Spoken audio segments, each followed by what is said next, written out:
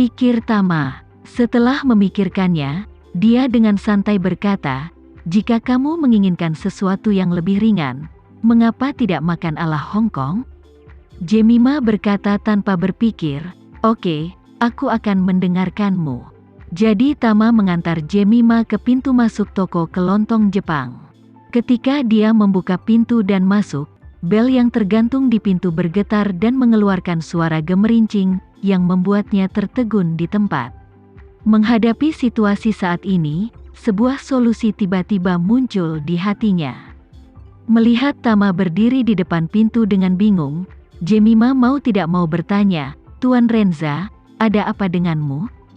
Saat ini seorang pelayan datang dan berkata, silahkan. Tama mengangguk, dan ketika dia mengikuti pelayan ke pintu, dia memperhatikan bel kecil yang tergantung di pintu geser, dan dia terinspirasi. Jika Black Mamba benar-benar mengirim Earl ke Jakarta di masa depan, kemudian dia harus membuat lonceng yang bisa memperingatkannya.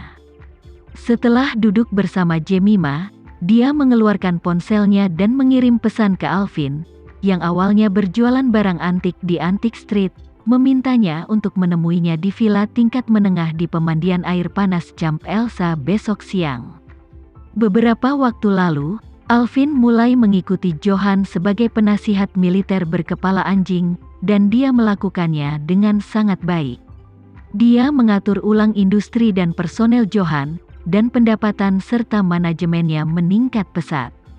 Saat ini, Johan menghabiskan sebagian besar waktunya di Camp Elsa, dan sebagian besar urusan telah diserahkan kepada Alvin. Tama membutuhkan Alvin untuk menyelesaikan idenya tadi. Saat ini, Jemima masih sedikit malu dan berhati-hati di depan Tama. Setelah memesan beberapa makanan biasa, dia berinisiatif untuk mengatakan kepada Tama, Tuan Renza, aku benar-benar minta maaf. Seharusnya aku memberitahumu tentang kedatanganku ke Jakarta sebelumnya. Tama bisa melihat rasa malu dalam ekspresinya. Merasa bingung, dia tersenyum dan berkata, apakah tidak mungkin mendapat kejutan yang menyenangkan? Mendengar ini, Jemima tidak bisa menyembunyikan kegembiraannya dan bertanya, benarkah? Apa kau benar-benar berpikir begitu? Tentu saja, meskipun apa yang dikatakan Tama bertentangan dengan keinginannya, dia juga tahu betul di dalam hatinya bahwa Jemima sudah sejauh ini, dan dia tidak bisa suam-suam kuku. Itu pasti pukulan besar baginya, dan itu bahkan akan membuatnya di masa depan. Setiap hari di Jakarta terasa seperti setahun, dan dia hanya perlu menunjukkan sedikit kejutan, yang cukup untuk menenangkan rasa malu dan bingung di hatinya. Jemima memang seperti yang diharapkan Tama. Setelah mendengar jawaban afirmatif Tama, dia segera menerobos awan dan kabut untuk melihat cahaya bulan. Tidak hanya dia merasa jauh lebih santai, tetapi senyum bahagia langsung muncul di wajahnya. Dia menatap Tama, dan berbisik sedikit malu-malu, aku khawatir jika aku datang ke Jakarta tanpa menyapa, itu akan membuatmu kesulitan. Tidak, Tama melambaikan tangannya tanpa berpikir, kamu adalah temanku, dan ketika aku datang ke Hong Kong, kamu merawatku dengan baik. Dan sekarang kamu datang ke Jakarta untuk berkembang, tentu saja aku sangat senang, jika ada kebutuhan bantuanku di Jakarta di masa depan, tolong jangan sungkan padaku. Jemima dengan senang menganggukkan kepalanya tanpa henti, oke, aku akan mengatakannya. Tama tersenyum kecil, lalu dengan sengaja berpura-pura tiba-tiba memikirkan sesuatu, dan bertanya, ngomong-ngomong, apa hubungan antara kamu dan Agnes, gadis yang kulihat di asrama pada siang hari? Bagaimana kalian bisa saling mengenal? Jemima berkata jujur, Agnes adalah cucu dari teman baik kakekku. Dia adalah orang Indonesia perantauan dari Malaysia, dan dia akan belajar di Universitas Jakarta tahun ini. Lalu, Jemima bertanya lagi, ngomong-ngomong, aku dengar dari Agnes kamu kenal teman sekamar barunya? Ya. Tama mengangguk dan berkata, salah satu adik perempuanku kebetulan kuliah di Universitas Jakarta tahun ini, dan aku tidak menyangka mereka berada di asrama yang sama dan jurusan yang sama. Itu kebetulan sekali, Jemima berseru. Awalnya aku ingin menunggu beberapa saat untuk stabil di Jakarta University, dan kemudian cari kesempatan untuk memberitahumu bahwa aku datang ke Jakarta, tapi aku tidak menyangka akan pergi ke asrama Agnes untuk mencarinya hari ini, dan aku bertemu denganmu. Ini sangat ditakdirkan. Sungguh. Tama tersenyum, dan bertanya padanya dengan rasa ingin tahu, ngomong-ngomong, kenapa kamu pergi setelah aku pergi pada siang hari? Jemima berkata, awalnya aku ingin menelepon Agnes dan pergi makan bersama, tapi dia tampak sedikit tidak nyaman.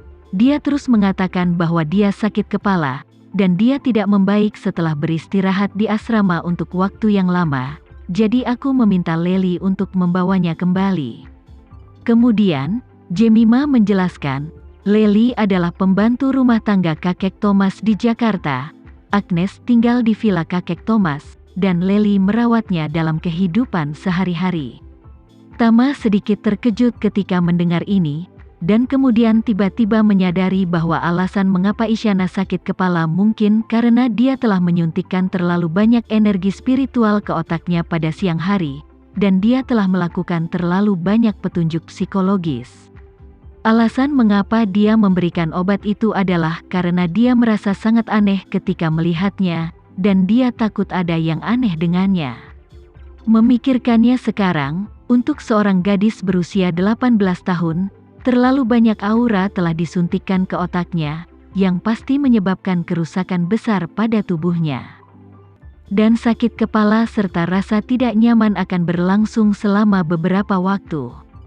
Tama juga agak malu sesaat, merasa bahwa ketika dia melihat Isyana, dia sepertinya bereaksi sedikit berlebihan, dan dia bertindak sedikit kasar untuk sementara waktu. Untungnya, situasi ini tidak akan menyebabkan kerusakan permanen padanya. Jika sakit kepalanya parah, dia akan baik-baik saja setelah istirahat sebentar. Pada waktu bersamaan, di villa, Isyana yang pucat pasi baru saja membuka matanya. Lely, yang menonton di samping, buru-buru bertanya dengan prihatin, Nona, bagaimana perasaanmu? Isyana merasakan kepalanya berputar, dan perasaan muntah yang kuat mendesak perutnya untuk bergolak. Lely melihat bahwa dia akan muntah, jadi dia dengan cepat mengambil tempat sampah dan meletakkannya di depannya. Isyana memuntahkan air asam dengan pukulan. Setelah dia makan pada pukul 6 pagi, dia tidak minum setetes pun selama 12 jam, dan apa yang dia keluarkan hampir semua asam di perutnya dan tenggorokan serta kerongkongannya yang terbakar sangat menyakitkan. Lely menyeka mulutnya untuknya, dengan cepat membawakan secangkir air hangat, membilas mulutnya, lalu membantunya minum sedikit. Setelah itu, Isyana merasa sedikit lebih nyaman. Dia berjuang untuk duduk, seluruh otaknya terasa seperti akan meledak dalam rasa sakit yang hebat. Dia menahan rasa sakit dan bertanya kepada Lely, jam berapa sekarang? Lely buru-buru berkata, sekarang sudah jam 6.40 sore. Isyana mengangguk ringan, dan bertanya padanya, apakah kamu tidak memberitahu orang lain tentang ketidaknyamananku? Lely dengan cepat berkata, Anda menyuruh saya untuk tidak memberitahu, jadi saya tidak memberitahu siapapun. Setelah memasuki kamar, Anda mengalami koma, jadi saya membantu Nona ke tempat tidur dan menemani Nona sepanjang waktu. Tuan dan Tuan Dean Freddy datang untuk bertanya, dan saya mengikuti keinginan Nona dan tidak memberitahu mereka, hanya Nona ingin istirahat. Oke, Isyana mengangguk lemah, dan berkata, setelah masuk ke mobil pada siang hari, aku hampir kehilangan kesadaran, terima kasih, Big Lely. Lely berkata dengan hormat, Nona, kamu terlalu sopan. Saat dia berkata, dia bertanya kepada Isyana, Nona, kamu belum makan sepanjang hari, apakah Nona ingin saya menyiapkan sesuatu untuk Anda? Oke, Isyana benar-benar merasa perutnya benar-benar kosong. Jantung berdebar-debar dan lemah karena lapar, maka dia berkata, terima kasih, Big Lely, untuk membantuku mengisi kolam air panas di halaman. Setelah makan, aku ingin berendam sebentar. Baik, Nona. Nona, tolong istirahat sebentar, dan saya akan menyiapkan makan malam dan mata air panas untuk Anda.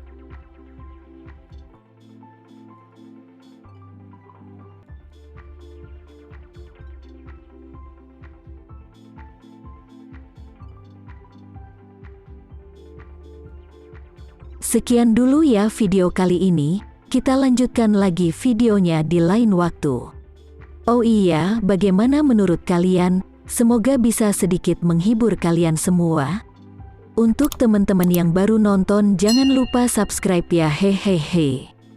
Dan kalau teman-teman ada yang ingin gabung langganan, bisa langsung gabung saja untuk dapat fitur yang menarik dan sedikit membantu Mimin.